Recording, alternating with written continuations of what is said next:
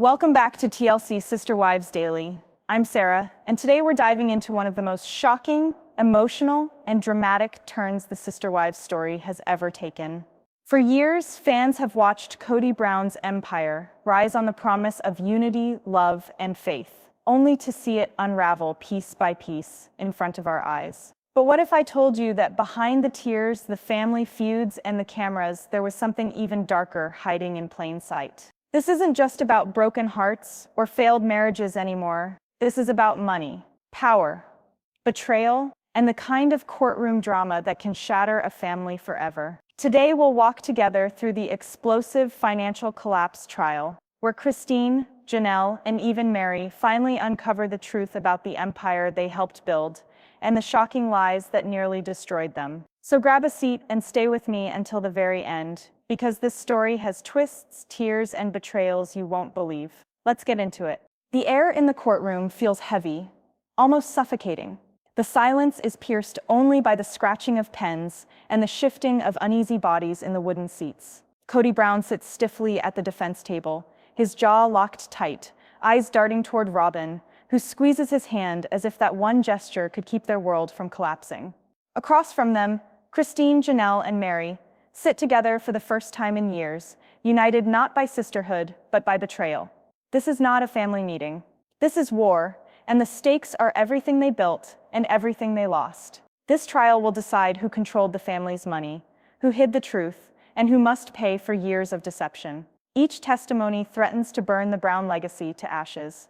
And by the end of today, secrets buried under years of polygamist loyalty will explode in front of strangers, a judge, and the cameras that once made them famous.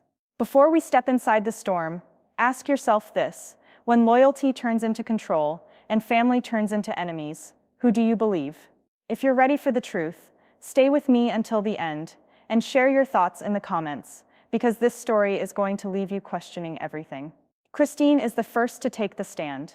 She walks with steady determination, but her eyes are wet. She knows this is more than legal paperwork, more than numbers on a bank statement. It's her life, her children's lives, and her years of silence finally breaking open. She adjusts the microphone, her voice low at first, then firm. She speaks of joint accounts that never added up, of promises that money would be for the family, but ended up in Robyn's name.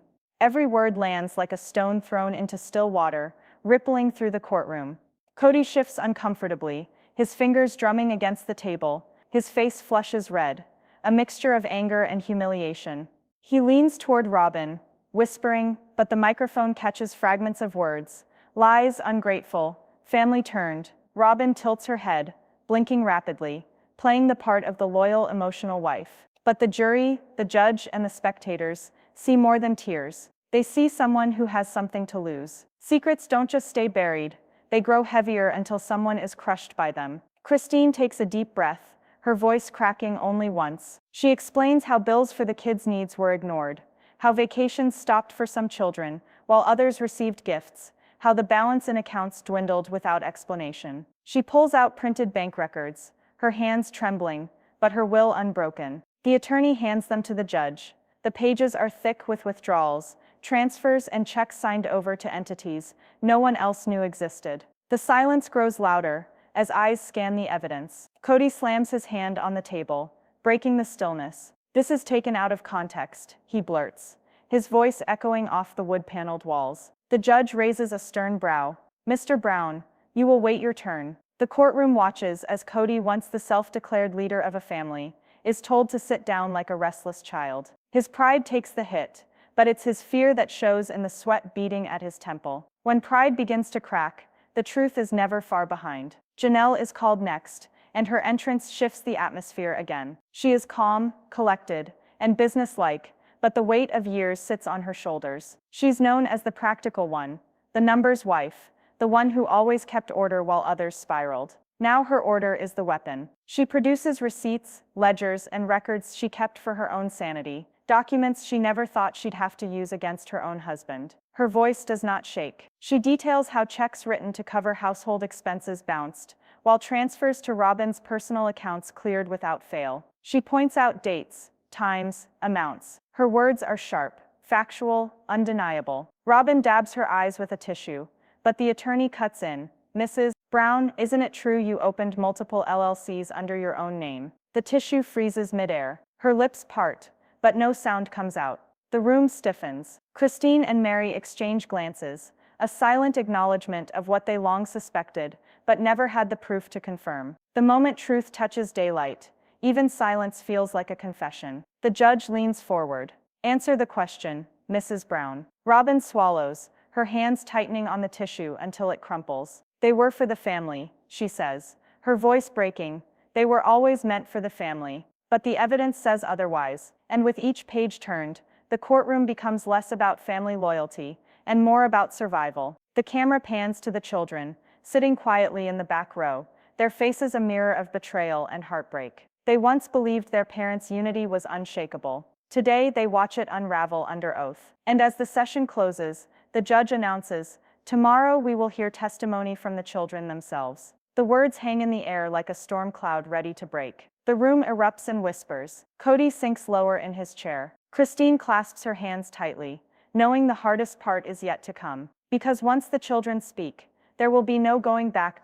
The second day of testimony begins with a tension so thick the air feels heavy. Reporters fill the benches, their pens ready to capture every word. The family is not just fractured now, it is on display. Every look, every sigh, every tear is recorded. Kody walks in stiffly, shoulders squared, a mask of defiance, hiding the panic just under his skin. Robyn follows close behind, clutching her bag as if it holds the last of her defenses. Across the aisle, Christine, Janelle, and Meri take their seats together again. Their faces are calm, but their silence speaks louder than anger. The bailiff calls the first witness. Gabriel steps forward.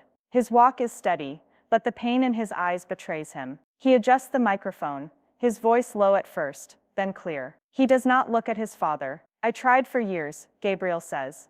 "I tried to be heard, to be seen. But it was like I didn't exist. Unless it was about control, unless it was about Robyn's kids, I was invisible." The room goes silent. Kody's face flushes, his jaw clenches. Robyn wipes at her eyes, shaking her head slowly, mouthing the words, "That's not true." But Gabriel continues. He speaks of unanswered calls, ignored birthdays, medical bills left unpaid. He recalls the day he confronted his father about favoritism and how that conversation ended in silence and slammed doors. The courtroom leans in as his voice cracks, but he doesn't stop. When the voice of a child cuts through years of silence, it is impossible to turn away. Janelle closes her eyes briefly, a mother caught between loyalty to her children and the man who fathered them. Christine grips the table, tears sliding down her cheeks, knowing this moment is both justice and heartbreak. The attorney presents text messages, screenshots of conversations where Gabriel begged for help, only to be redirected, dismissed, or ignored. The evidence burns through the room, each word on the screen, like a blade cutting deeper. Kody leans forward, finally breaking his silence. "I was doing my best," he snaps, his voice rising. "I had obligations. I had other children to care for." The judge cuts him off. "Mr. Brown, you will wait your turn. This is your son's testimony." The gavel strikes once, the sound sharp and final. Kody sits back, seething. Sometimes the harshest truth is not in the evidence, but in the silence that follows it. Next, Gwendolyn takes the stand. Her presence is fiery, her eyes sharp with years of anger she never fully voiced. She does not hesitate. She recounts watching her mother cry alone, watching siblings go without, while gifts and favors flowed to one corner of the family. She describes the humiliation of knowing the world saw them as a united household, while behind closed doors, the cracks had already split wide. Her words paint pictures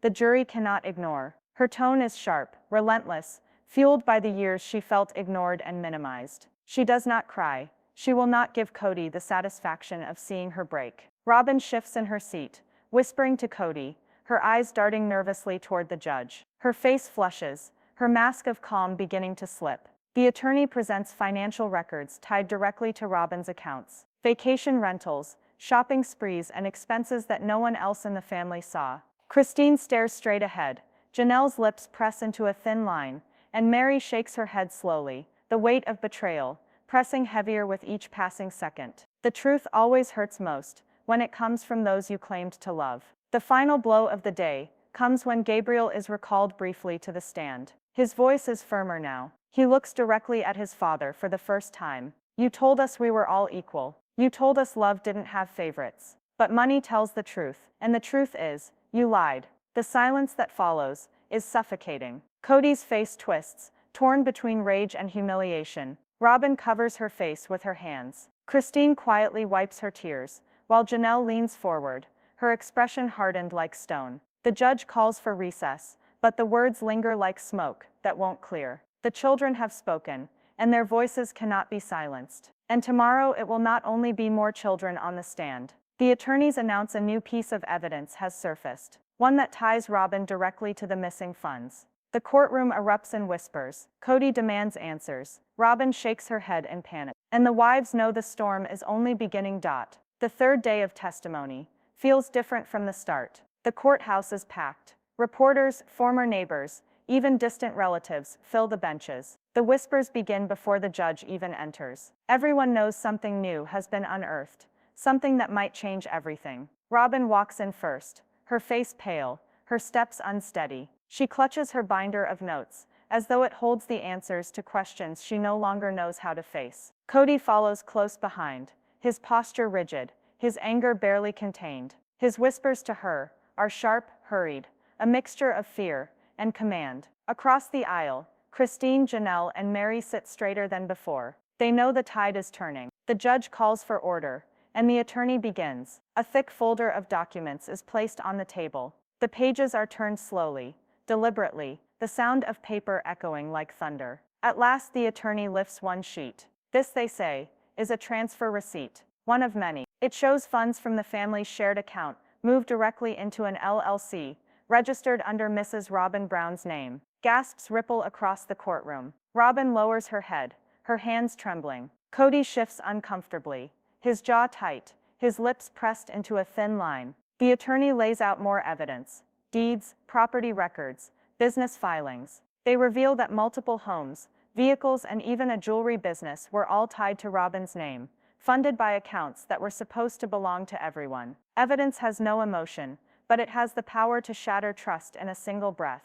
Christine leans forward, unable to stop the tears welling in her eyes. Years of doubt, years of feeling like she was treated as less, all confirmed by signatures on a page. Janelle stares hard at the documents, her practical mind piecing together what she long suspected, but never had proof to say out loud. Meri shakes her head slowly, whispering to herself, all those years, the attorney continues, their voice steady and unyielding. We will show that these transfers were not accidents. We will show a pattern of deliberate financial manipulation that benefited one household above all others. Robyn finally raises her head, her eyes red, her voice trembling. I was told this was for security. I was told it was to protect us from outsiders, from lawsuits, from losing everything. I never meant to hurt anyone. Her words hang in the air, fragile but unconvincing. Excuses lose their power when the paper trail tells its own story. The attorney presses harder. Mrs. Brown, did you disclose these accounts to Christine, Janelle, or Meri at any time? Robyn hesitates, blinking rapidly. I didn't want to worry them, she finally whispers. The silence in the room grows sharp, cutting. Christine looks away, unable to bear hearing the excuses. Janelle's face hardens, her jaw set. Meri leans back, folding her arms, her expression bitter with realization. Then comes the moment that shifts the room entirely. A witness is called, not a wife, not a child, but the family's former accountant. The older man steps forward, his presence calm but authoritative. He explains in detail how funds were allocated, how signatures were filed, how every wife except Robyn was excluded from key financial decisions. His testimony is devastating, leaving little room for denial. Kody erupts, standing and shouting, "This is a setup. They're twisting everything. This family agreed to this years ago." His voice cracks, the fury shaking through his body. The judge slams the gavel. "Mr. Brown, you will control yourself, or you will be removed." The courtroom is frozen, the silence deafening after the outburst. Robyn's tears fall freely, now her shoulders shaking as she clutches at Kody's sleeve. But even he pulls slightly away, his anger at her growing as the evidence piles higher. When allies begin to pull apart, the collapse is only a matter of time. The accountant's final words echo long after he leaves the stand. They trusted him. They trusted her. and the records show that trust was broken. The fourth morning begins with a chill in the air, as if the courthouse itself knows what is coming. The sealed envelope sits at the center of the judge's desk, heavy with the weight of secrets no one can ignore anymore. Every seat is filled. Every camera is on. No one breathes too loudly. Robyn's hands shake as she sits, clutching her tissue. Her face is pale, her lips pressed tight. Kody glares straight ahead, his jaw locked, his fury simmering beneath the surface. Across the aisle, Christine sits stiffly, her chin high. Janelle flips through her own binder of notes, her expression unmovable. Meri's eyes are fixed on the envelope, her fingers intertwined so tightly they turn white. The judge clears his throat. The court has received new evidence. This evidence will now be examined. The clerk carefully opens the envelope, sliding out several sheets of paper. The shuffle of documents is deafening in the silence. The attorney steps forward. Your Honor, these are financial transfer authorizations signed under multiple names. Christine Brown, Janelle Brown, even Meri Brown. Yet handwriting analysis suggests at least some of these signatures are forgeries. The words hit like a bomb. Christine gasps audibly. Janelle's mouth falls open, her face a mask of shock. Meri leans back in her chair, shaking her head as tears well in her eyes. The sharpest betrayals are not always in words, but in the stolen use of your own name. The attorney continues, holding up one sheet for the court to see. This document, dated 3 years ago, transferred $70,000 into an LLC under Robyn Brown's sole control. The signature reads Christine Brown. Christine, did you sign this authorization? Christine's voice shakes but stays clear. No, I never saw that paper in my life. Murmurs ripple through the courtroom. The attorney holds up another page. And this one, dated 2 years ago, transferring funds to purchase property. The signature reads Janelle Brown. Janelle, did you authorize this? Janelle's jaw tightens. She speaks slowly, deliberately. Absolutely not. That is not my signature. The judge leans forward, his gaze sharp. Are you stating under oath that these are forgeries? Both women nod firmly. Robyn bursts into tears. I didn't do this. I didn't. Her voice cracks as she sobs, reaching for Kody's arm. But Kody does not comfort her. He stares straight ahead, his face twisted with rage, his body stiff as stone. Sometimes silence speaks louder than denial, and in silence, guilt finds its shadow. The handwriting expert is called to testify. He confirms that the documents show multiple inconsistencies, strokes and flourishes that do not match the women's real signatures. He states clearly that these were forged. The room fills with whispers, the sound of disbelief and anger colliding. Christine buries her face in her hands, her shoulders shaking. Janelle grips the edge of the table so hard her knuckles turn white. Meri mutters under her breath. All those years, all those lies. Robyn sobs louder, her voice shrill. I thought these were approved. I was told they were approved. I never forged anything. The attorney's voice cuts through her pleas. Mrs. Brown, if you didn't forge them, then who did? The only person with access to these documents was either you or Mr. Kody Brown. The room freezes. Every head turns toward Kody. His face goes red, then pale. His hands ball into fists, his eyes wild. He slams his fist on the table. This is outrageous. I never forged anything. They're twisting this against me. His voice booms through the courtroom, but the judge's gavel slams harder. Mr. Brown, control yourself. When denial turns into rage, the truth often lies closer than anyone wants to admit. Christine looks at Kody, tears streaming down her face. You used my name. You stole from me, from our kids. Her words pierce the room. Janelle's eyes fill with tears, though her face remains hardened. Meri shakes her head, whispering, I trusted you. The judge calls for order, but the courtroom is already unraveling. The jury stares, wide-eyed. The spectators whisper furiously. The children in the back look broken, as if every word confirms what they always feared. The attorney places the documents on the judge's bench. Your Honor, this is not only financial misconduct. This is fraud. The word lands like a hammer. Fraud. The wives stare at Kody and Robyn, their silence louder than any scream. And then, just before the gavel strikes to end the day, the attorney announces, tomorrow we will present testimony from a handwriting witness who will state under oath who directed these forgeries. Gasps explode through the room. Robyn collapses into her chair, sobbing uncontrollably. Kody grips the table, his face pale with fury. Christine, Janelle, and Meri exchange stunned looks, bracing themselves. The question now isn't whether the signatures were forged. It's who gave the order. The next morning, the courthouse feels like a storm about to break. Crowds have doubled. Fans of Sister Wives line the hallways, murmuring, holding signs, some demanding justice for Christine and Janelle, others calling Kody and Robyn liars. Reporters swarm the steps, their cameras flashing as the Brown family walks in, their faces drawn, their shoulders heavy. Inside, the tension is unbearable. Christine holds Janelle's hand tightly. Meri sits beside them, her face calm, but her eyes red from sleepless nights. Robyn dabs at her swollen eyes, whispering prayers under her breath. Kody sits rigid, staring straight ahead, his fury carefully hidden behind clenched teeth. The attorney calls the handwriting witness. A calm, middle-aged woman takes the stand, her glasses perched low on her nose. She speaks with precision, her voice carrying authority.